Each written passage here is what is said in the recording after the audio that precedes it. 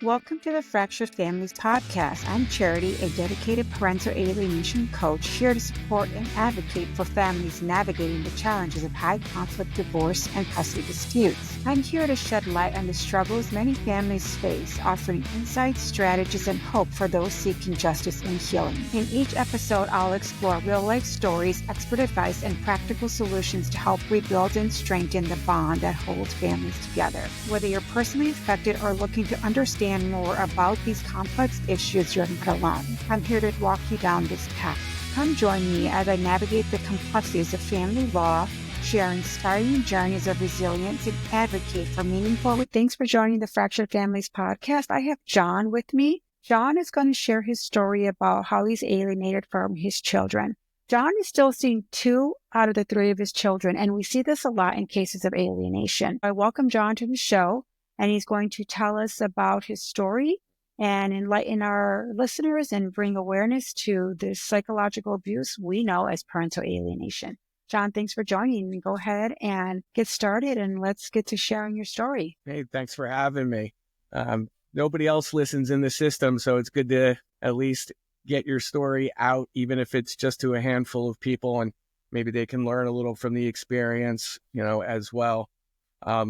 Kind of starting from the beginning, I'm married, had 3 kids pretty quick, within a 5-year span. Everything seemed to be going well. It started to fall apart at some point, right? And during that time frame, you have this hindsight 2020, right? I can look back now and see what was happening. But at the time, I had no idea what was happening. The continual undermining. My ex-wife's mom started coming around the house regularly, like 5 days a week regularly, a lot.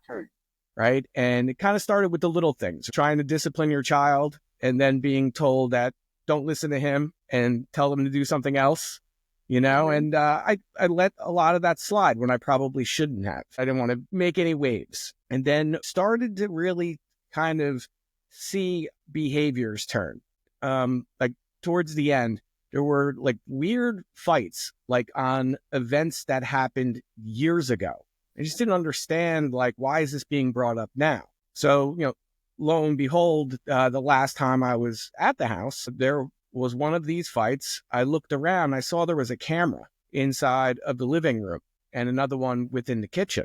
And I was like, something wacky's going on here. That's almost like, and she was very aggressive, almost looking for me to do something, and I called a friend of mine who's a police officer, and he's like, dude, she's setting you up, man. You got to get out of here. So at that point, I called my sister up, who's pretty local. I said, hey, I'm going to come stay with you if that's all right. And she said, absolutely. So I started packing up a bunch of my things. I made a car trip to drop them off, came back, make another car trip. My youngest, this is going back 7 years now, almost 7 years old, 8 years old. And he wanted to come for the ride. Very close with my sister and family, his cousins. So it was no big deal. As he came in the car, and we started to leave, mind you, it wouldn't have been my last trip. I had other things. She came running out of the house, like yelling and screaming, and I didn't want to engage because I was like, I'm getting set up right here to begin with. So just roll up the windows and continue to drive. And then she came at my car while I was starting to pull away, like hitting on it, and I just drove away. She tried to hold the door handle of the passenger side for the child, and she fell, and I seen her get up and run into the house, and I'm like, the hell's going to happen here? Like, nothing good is happening out of this. This is a chaotic situation. Got to my sister's house. Cops showed up maybe a half hour later. Said that I had tried to drag her down the street in the car, and a vehicular assault. So I was, of course, brought into the police station. Luckily, one of the officers there, sergeant for the evening, it was a Friday night, I coached his daughter in soccer. So he kind of knows that situation's been, pretty rocky there. And he wound up letting me go, which if not on a Friday night, I would have been in county, for 2 days, which would have been a nightmare, Next thing you know, right, that following Monday, I get served with a restraining order and I'm out of the house and I'm not coming back. And from there, trying to get my kids, and it was no, you have to stay away from them. It was like a 10-day restraining order to start. So I had to kind of battle that process for a while. So I went weeks without seeing the kids. Now, of course, it was incredibly hard. Then fighting these charges to begin with, which ultimately got dismissed. But it's like within that time frame, you're looking at 5, 6, 7 weeks now. The damage that's being done behind that, you don't know. You're not aware, of course, right? All the the bad mouthing, the twisting of events and things to that nature. Divorce was filed, during this restraining order period. And, the agreement, right, that I wanted was 50-50. Like, why would I not get that, And, just my lawyer was like, you're not going to get that with this discharge. It's getting dismissed, but it wasn't, yet. It's like, you're never going to get it. He's like, you're going to be lucky to get every other weekend with this. So now I'm not happy. I get served again with an amended TRO. And the things that were inside of this were literally events that have happened years ago as if they're happening currently. Of course, half-truths, but that could be expected. And then, of course, the drug addict and alcoholic was the next accusation, right? So I wound up going back. We tried to do mediation. That was not happening. And ultimately, I was able to get a couple days for a couple hours outside the every other weekend, getting like Mondays and Fridays from like 5 to 7, 5 to 8, somewhere, in that ballpark. And, when that first started coming around again, there was rules to it, right? She was so afraid of me, right, that we had to meet at the police station, which was terrible, for the kids to have to get dropped off, at the police station. Her mother would drop the kids off and would be running her mouth the entire time. And so I have more video footage of this insanity than I didn't even know what to do with. So then you had kids starting to say, I don't want to go with you today. And that kind of morphs into its own thing, where now 1 or 2 of them aren't even coming with me all the time. My weekends would come and I didn't have overnights at that point. I was getting just a few hours on that Friday night and then again on Saturday and Sunday. But I kept going through the court process. So we get in front of a judge and they order a guardian ad litem. So we get the gal. He comes in, super nice guy. I was petrified because I've heard such stories, about them. We also were ordered to do reunification therapy. And reunification therapy, I was looking forward to. I'm like, great, all the truth can come out here. But the ex wound up being so afraid that she didn't participate in this. So it was me in there with the kids. And the first time we went to reunification therapy, was each kid had like their own interview, I guess. And then, I went in solo. And the stuff that I heard about the physical abuse, emotional damage and all these things, I'm like, what's happening here? It's not happening. But because the gal was involved, that was pretty good for me, right? Because he would get more to the bottom of these things. And he wound up, writing a report. And a lot of stuff in there.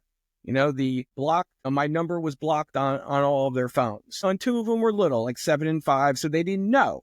I'd get them for the couple hours, and I'm like, how come you're not returning my calls? Like, give me your phone. And then go into my contact and see that I'm blocked in the contact. And they didn't know how to do that stuff yet. It was, and they look at you like they're doing something wrong to you, too. So they have like this guilt associated to it. It's, he finds that, right? All these situations, right, where I have these recordings of the mother-in-law acting like an animal at these drop-offs. The best one was when 2 of the kids didn't come with me, just my middle guy did. And she, like, as he's getting out of the car, asked him if he wanted a donut. She had like a box of donuts from Dunkin' Donuts. And he's like, yeah. She's like, not if you go with your father. Right there. Oh my gosh. Insane, right? So, of course, I'm proud of him. He said no. And he came in my car. He was crying, and stuff. He was upset that, he didn't get the donuts. So, of course, that's the first place we went, right? To get the donuts. Yeah. But all of these, these behaviors, right, that are, getting documented now.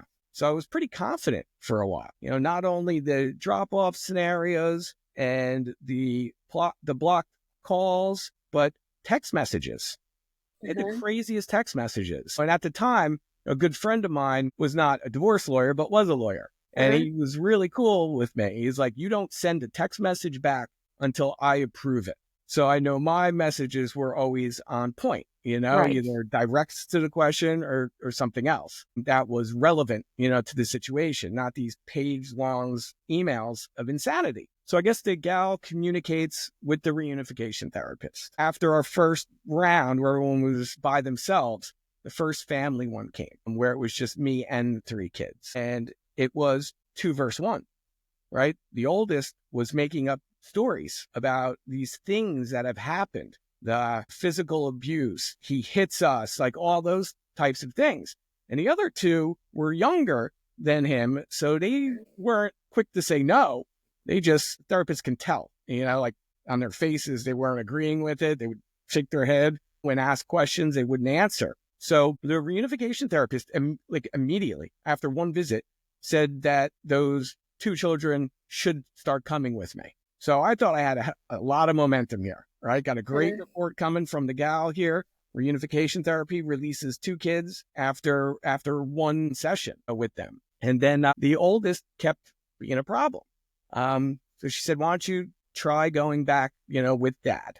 And I guess she kind of forced the mom's hands, and I guess it would make her look bad. She said no. And then when he started coming with me, it was like he ran away one of the first times. Had no idea. How old was he at this time? How old was he when you started this? 12. Okay. Yeah. 12. Yeah, he's 17 now. Yeah, 12. Okay. So it was just, it was baffling to begin with. Because I'm like, nothing's even going on. Then more stories would show up at the next reunification meeting. And mind you, I am cameraed up constantly. Of course. Right. Like, what is, like, yeah, you learn real quickly. You've got to protect yourself. Yeah. And we had one argument here. I have a no phone rule at my house. The kids didn't have phones the day I got out of that house. They had phones for the first time I've seen them. And we know what that is, right? I mean, it's just tracking to know what was going on. Of course, in the text messages to me, this is about their safety, like all those types of things. Yeah. So, grabbed the phone from him. He started getting a little physical, and I just grabbed, and that turned into, now I beat him up at the next reunification therapy. So then she's like, didn't stop it yet. We had one more visit where he came here and said he was going to kill himself and locked himself in the bathroom. And I'm asking the other 2, I'm like, what the hell is going on here? Like, where is this coming from? So then he stopped coming here for my individual time, and we continued to go to reunification therapy. And inside of those sessions, not only like stories of this abuse would pop up, but things like he doesn't even pay child support. And it's like, I do. There's no, but why are you talking about that? Right. And this continued for an entire year, where some sessions he just wouldn't talk at all, have his head down or be on his phone, even when she would tell him not to. And he was incredibly, rude to the reunification therapist as well. So court, as you know, takes a while for these things to filter through. And we finally get back in front, and the reunifications therapist is like, there's not much more I can do here. I know there's nothing going on here. I am going to recommend that he starts going back with you. She's like, that's going to probably be a problem. So it was all these emergency steps to take, phone numbers in case he runs away again or something like that, right? She's like, I'm going to have another session, right, to introduce this idea. In the middle of the session, he gets up and runs out. And, we're right by the front door, like, get up too. And his mom's got the car running, like, on the side. It was like a getaway car. And then, boom, they took off. It was like, so she called the mother a couple times on the phone, tried to get him back or something, and there was just no answer. That's where it really started getting wacky. The gal report and the reunification therapist report call out, like, and I'm missing so many behaviors, so I just don't want to dive in. I mean, all of those behaviors, right? Yeah. Right. Like everyone. And at the time, I didn't even know what parental alienation was. And, but I, on social media, started seeing it a little more, and then was going through some of the videos that list the types of behaviors. And I'm like, oh my God, yes, like all the way down the list. So I was like, that's got to be what's happening here. So I talked to the reunification therapist and the guardian ad litem. And it was like they've never heard of it before. Oh my gosh, are you kidding me? And I'm like thinking, I'm like, I see it on the internet. I am telling you, I am forwarding them videos off of YouTube, right? I'm like, this is right on page 9. You wrote this. Like, this is like the other things that happen. We have all this inside, like family, one of our last family trips. It was pretty memorable. Like, we went to Atlantis down in the Bahamas, swam with dolphins. Yeah. I was never there, according to the child. My gosh. He wasn't there, like, dead serious. She's like, so you recognize, that she's trying to erase memories, right? And that's a perfect example of what they do. Mm-hmm. And I'm sitting there, mind you, I got my phone, so I'm pulling up the pictures. Like, what are you talking about? And that's where it really started getting scary. You know, it's already bad. I understand it, and listen, the divorce itself, I'm not 100% innocent in that, right? I had a role, and I had a role in the marriage breakdown. So I'm not blaming that part on anyone. It's just the chaotic things that started to happen after, and me recognizing what these patterns are now. So reunification therapist writes in her recommendation, which we talked very closely about how she was going to do this. She's like, there's no reason for him not to see you. So she wrote the words, like, very specifically, saying that can happen, and an alternative or another option would be to start off slowly in public at a park with a supervision monitor service. So we went with that. Thought it'd be a simpler route, less chaotic, having all 3 of them together. It'd be just me and him acclimating, back to each other. Right. So the first one we go to, we're in a park. I coached all 3 of the kids' sports growing up. I coached flag football, soccer, and basketball. So there's a basketball court and a soccer field at this park. So I had a couple balls looking just to kick around or take some shots and not make it a lot of conversation. I was advised that just be in the presence. And he booked, totally ran. But it's right by the woods too. So we're going through like the path to the woods. On the other side, coming out of the woods, was the mother's car. He got right in the car and drove away. Like, this is happening. It's like, how is this happening? And a supervision monitor service, they write a report. All right, so here we go. So now all these things, you got a great guardian ad litem report. By the way, with the drug addict and alcohol thing, I had, by that time, weekly urinalysis and monthly hair follicle tests. And I don't know if you see me, I really have hair. So I'm going there and they're like taking my underarm, and stuff like that. It was crazy. And I never failed any of them, not a single one. Of course. So I was willing. I'm There's like, no truth to the allegations. There's no truth to the allegations. It's just a derailment to put you through the process you're going through right now, or you went through, right? That's what their goal is. Absolutely. And you know it. And there's just nothing you can do about it except for trust the process, and the way that process was lining up is I got the gal on my side, got the reunification therapist on my side, supervision monitor service are now starting to write reports. We did another supervision monitor event at a bowling alley, and he locked himself in the bowling alley's bathroom, wouldn't talk, and then runs out again. I'm chasing him. It's like there's like a TD Bank, a CVS, like parking lots, we're going through. Yeah. And he gets picked up again. So this is very evident what's happening here. And, the biggest issue is all of these professionals never got anything out of him, like not one real situation, or more importantly, one real reason why he hates me. So it's like they had nothing in these reports. And what happens? Supervision monitor services, he's a liability from an insurance perspective. The mother's not cooperating. So we're going to end the supervision monitor service. So we do that and nothing happens. Filing motions, trying to get back into court. Of course, she moves during that time. So we have to go from one county to the next county. And it's like recreating the wheel. By this point, we're in a few years now. And I'm completely tapped from a financial perspective. Just couldn't do it anymore.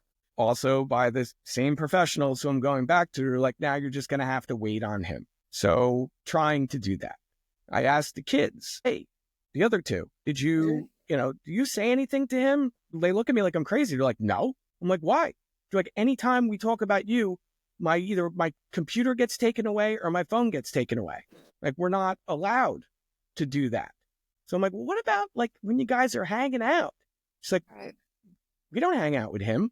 So it was like, I grew up really tight, with my sister. And I'd say that to my two kids now. I'm like, you're going to need each other later in life. Yeah. I want you to love each other and be friends. And that's like that relationship is destroyed because of this. And it continues. These other two are teenagers now, and you can see their relationship getting fractured a bit. And because I see them and talk to them, and I ask these questions, it's like there's a natural wedge that's like being placed. As I started learning about this and kept reading about it and seeing videos about it, and it's like, that's one of the goals, right? Is the silo, the kids, so they can't work together, to be able to question or come up with a solution. I go to all the soccer games, track meets, things like that. I continue to go. I don't say much. When I'm there, I get berated by the mother-in-law, which can, again, all these videos that do nothing, but I don't know, maybe it's for my own sanity. I still film them. I filed a harassment charge the one time because it was really embarrassing in front of all these people, again, calling me a drug addict. So you file a police report. Big deal. Kids don't get dropped off to you. You file a police report. I have like 40 of those and just nothing gets done. And even when you're presenting this, you're like, what world am I in here that this doesn't matter? You expect solutions, to be somewhat realistic instead of non-existent. That's just kind of where we're at. It's constant though. Like it was really heavy on all the chaotic stuff for a few years, but it's consistently, still present. The kids have, both my two kids wound up getting braces. I had no idea they were getting braces. Came to my house with metal in their mouth.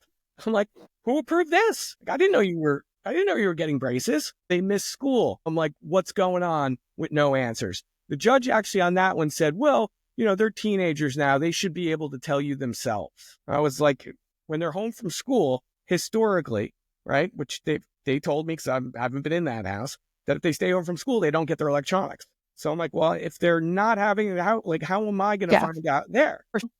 Right.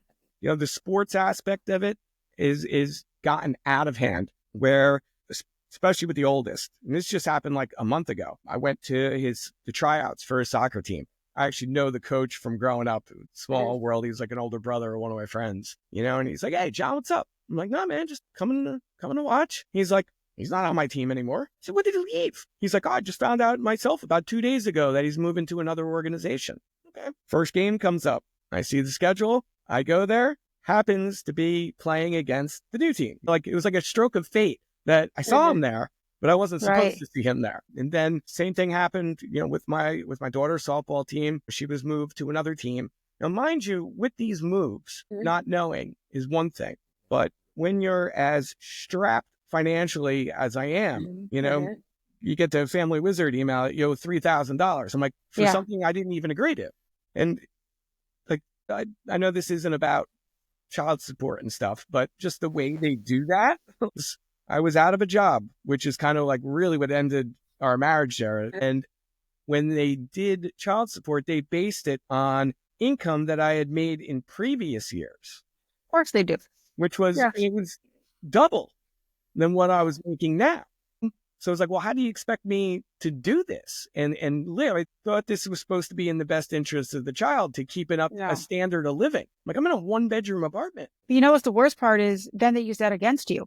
Well, how are you going to have an environment for your kids when you live in a 1-bedroom apartment? Well, that's the situation that you put me in. Yeah. Well, we had to go through that as well. My 1-bedroom has a den, 2 openings, and I closed them up. Just curtain rod, a heavy curtain. And that's where my daughter stays there. I'm like, she's the girl. She gets her own space. Her lawyer sends over a letter that it's not livable right, for the kids because it's only a 1-bedroom. So I had to literally take pictures of the entire place to show where I had the bed set up, what their area looks like, and send that over. And the delays over this whole thing, what it seems like happened is that every lawyer that started hearing the real story left. So I only had one, and I've been trying to pro se it as best as I can. Yeah. I've gone through having to deal with 4 other lawyers that she's dealing with. And I'm very quick to email because I don't care at this point. I really don't. Right. I have nothing. Yes. You're taking nothing from me. I'm like, did you read any of the old documents? Like this kind of should put you in an ethical quandary here, shouldn't it? So just don't care. Very frustrating that, they keep this legalized extortion wheel continuing to run when these things are in black and white. There's 2 sides to every story. I understand that. I had never had to rely on the story. So you ordered the court professionals, you read their stuff. I don't even have to open my mouth. The best part about it is that they don't ever make it about the children. If you go to a family court hearing, very well about this. You're fighting for the children, but it's really what the other parent wants. And the amount of frustration you get because they're making it about themselves, but they're doing it through the children, right? But it's just lie after lie after lie to delay the process, to stall you from having time with your child or children, and then to create that separation while they're erasing the memories, the good memories, erasing the role you play in that child's life, right? It's completely intentional. And the weirdest and most bizarre part about it is every case I've heard, these alienators, they all behave the same way. They all have the same strategy, which is why you have the 17 alienating behaviors and the 8 manifestations. It's shocking how similar, like you can write a playbook on this and it's all going to look the same. It's just a different person who is alienated and a different person who's alienating, and the victim who are the children and, of course, the alienated. But the courts, you said it's not about custody, child support, but it is about child support. At the end of the day, it's always about the money. Every week you're getting a urinalysis and a hair follicle? Come on. You know how much money goes into that? I actually still am supposed to get them as part of the MSA, and I just haven't done it. Because I'm like, it's with the new county, only been in front of that guy twice. So I'm like, maybe if I break this and then that'll get me back in front instead of me filing. Right. It's probably not a smart thing to do. But it's like at some point, it's like, doesn't this information have to be factored in? And it's yet to be done. Well, it's supposed to be, of course, but they wash their hands of it, right? They absolutely wash their hands of it. And it's tragic for the kids. So let me ask you, your 2 younger ones, what is that relationship like as they get older? So they're recognizing what their brother's doing. They recognize the role that their mother plays in this? They do and they don't. They are like that classic stuck in the middle where they don't want to say anything either way, whether it's to me or, to her. I mean, they've just been through so much. I mean, when I was out of that house, instead of getting a mover, she had the kids carry boxes of my stuff, into the apartment. So it's a weird dynamic, here's dad, here's your stuff, we're the delivery people. I was always the overly affectionate one. So I continue to play that role. They need to know that they're loved. And I think that's the most important part on it. And I don't beat the situation, constantly, but there's times I do have to and bring it up. Like, as you're getting older, let's think of this situation. Fake arrest, right? I'm like, you had another dude living in your house 1 month after I'm gone. Like, the courts are like a year till, introduced to another partner and another person living there. It was just baffling. And they're just timid. But what I hate the most is the phone addiction that they have now. He never did that stuff. Now they come here, and this doesn't happen as much anymore. Yes, they're still on their phones. But if I were to take the phones away, they would tell her, then I would get messages saying that I'm not allowed to take their phones away. So, I mean, that was the one thing that the judge was like, it's his time. If you don't want to have phones, they don't want to have phones. But it's like they've kind of lost that enthusiasm and that little zest that they had. They look They just act like, I ask my middle guy all the time. I'm like, dude, you're like sleeping all the time. You barely communicate. I know you're a teenager, but it feels like depression to me, man. Like, do you know what that is? It's sad. It's sad. I mean, they And keep what does he busy. say to that? What does he say to that? I They mean, don't want to that's talk about interesting. anything on an emotional front. They won't engage in. And I don't want to continue to push. I just say the things that need to be said. I text them every day just to check in, see what's going on. When they tell me, I'm like, Daddy's your biggest defender. Whatever problem that you have, I'm here to help. And I'll tell them a lot of the stupid shit that I did at their ages. And just to be like, listen, I've been there, done that. And I'll never get mad. And I tell them a story like when I was a kid, right? Where I'd get in trouble at school. They'd call the house. My dad would be like, let me know exactly what happened so I have the ability to defend you first. Yeah. So try to instill that inside of them. But they're doing really good at sports. They're doing really good in school. So those are the things that kind of keep this under wraps because they don't have this outward issue with the types of things. What about your oldest? How is he doing in school? Is he thriving? Do you know about that? Yeah, I've gone to all the teacher conferences. Do you do them together with her or do you do them separately? No, she still claims she's afraid of me. So, which, by the way, you'll love this. So we were exchanges. We're at the police station, and then she didn't want them at the police station anymore. And then I was on the app. I'm like, well, if you're afraid of me, why don't you want to be at the police station? So when she filed the last motion, part of the motion was to have the kids dropped off at the house now. And it's the first thing I said there. I'm like, well, are you just not afraid of me anymore? It was that type of stuff where it's like, yeah, that kind of, do you see the correlation here? Yeah. How these things line up? Because it doesn't fit her agenda anymore, so the story changes. And now she doesn't even drop them off at all. I called up the kids because they were late. This is not even that long ago, about 2 months ago. I'm like, where are you guys at?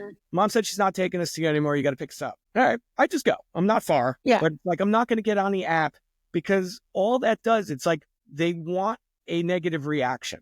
They want to fight. It's like they love that stuff. And, you know, to learn as a kid, right? Silence is golden. So I just don't say anything. I don't do anything. I just get done what I need to get done. I learned about parallel parenting. So that was an eye-opener. So I've been trying to practice that as much as humanly possible. Yeah. So, I mean, that's the thing. You just never know what's going to happen next.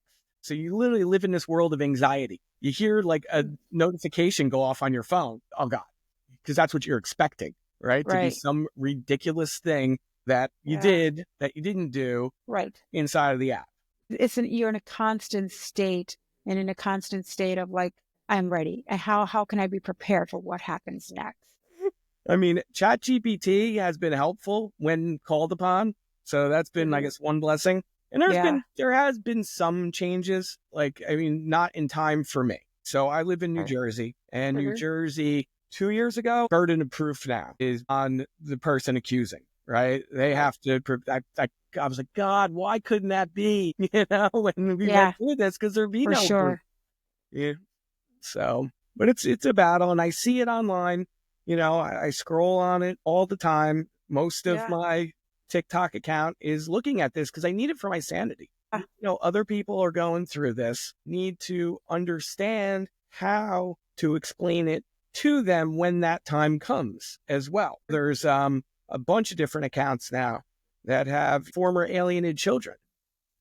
Yeah. And I know my social media gets stalked. I see it pop up regularly. Yeah. So I just repost a lot of this stuff, hoping that they kind of see it on their own and start to gain some interest in it. It's really interesting because I know a lot of people that I work with or that I talk with, they are starting to really see that what they repost, their alienated children, you can see that they're looking at them and they're excited by it, right? Like they're looking at my posts, like they looked at my profile. And that's a huge step, right? Like it's a huge step when your alienated child looks at your profile because they're still intrigued. They still love you. They still crave that relationship. They're just mortified of what the consequences are going to be from the parent that they're aligned with if they find out. That's exactly it. I sent a Christmas card in just this past Christmas, right? And I wrote I wrote a heartfelt something in there, whether it gets read or not. It usually returns all the gifts that I've gotten, which I don't even do anymore because I'm not rewarding this behavior. I'm not trying to buy you. But I got a video, came from his email. And I was like, wow. And it's him with their grill open and burning my Christmas card inside of the grill. So when the horrific. Yeah. So the kids came over and I'm like, dude, look at this. I'm like, what happened here? And they're getting a little older where, from time to time they'll speak. And I'm like, who recorded this? Did you record it? I'm like, it's okay if you did. I just want to record it because it's a recording of him. And it was the mother-in-law. And I was like, well, and this is at Christmas, right? So I guess they had other family. And I'm like, what did you guys do? Did you eat? They're like, wait, it's in my room playing video games. I'm like, really? He's like, yeah. And I was like, let me ask you a question. Was that video a topic of conversation? And he's like, giving that face. Yeah. Of course it was. It's just, it never ends. My daughter just got accepted to a technical high school, which we were super excited about. So it was my weekend and we went to the open house. I helped her with her essay. And when the interview came, I was like all excited. And she goes, I got the interview. I'm like, awesome. I was like, we prepared for it. Let's go through some interview. Because she's like, but I want mom to take me. I said, you want mom to take you? Like, I kind of did this whole process with you, but if that's what you want, absolutely. Yeah. I'm just a fan, kid. I want what you want, the best for you. I'm like, but do you want this or were you told this? Yeah. And she's like, the last one. Aw. Like that. But it's good that you can have that conversation and they're starting to recognize it, right? They're at a point where they're so aligned with you and they recognize the value that you play in their life that they still can have that open conversation and feel safe, which they can't have it in the other households. Right. And they're just starting to get there. We've been dealing with this for, a long time, but they're both one just became a teenager. The other one's 15 and they're starting to get it a little bit, which is tough because I want to press them. Of course. I can't. Absolutely. I know I shouldn't. So I try not to. Yeah. It's hard. It's a dance and it's a delicate dance and it's really frustrating for the alienated parent to just not say, don't you see, but they are still victims and you have the relationship with them and the last thing you want to do is push them away. But it's a hard spot to be in for sure. Well, John, thank you for sharing your story. I mean, it sounds like you're still in it, but you have the opportunity to be with your younger kids and continue to grow that relationship. And maybe one day with what you have with your two younger ones, he will come around. And that's the hope for all parents who don't have a relationship with their children due to no fault of their own. Someone told me time takes time. Yeah. So, it's hard. Just only thing you can do is control what you can control. Yeah. And that's your behavior and make sure that you keep doing the right things and hopefully the right things work out later. Last thing I'll say on that is, one of my friends put it in perspective. He's like, hey, what if you went through these 5 or 6 years of hell, but you'll have 30 or 40 years of a closer relationship than you would have had if this never happened. So that's what you got to pray for. And I wish that for you. And thank you so much again for joining the Fractured Families podcast with me. John, thanks so much. And we wish you luck. And thank you for joining me on this episode of the Fractured Families podcast. I hope our conversation has provided you with support, understanding, and actionable insights to help you navigate your own family challenges. Remember, healing is a journey, and reaching out for help is a sign of strength. You're not alone in it. If you found value in today's episode, please subscribe, rate, and leave a review. Your support helps us reach more families in need. You can contact me on social media at Parental Alienation is Real and visit our website for additional resources and ways to get involved. Stay strong, stay connected, and keep fighting for the family bonds that matter most. Until next time, take care and stay resilient.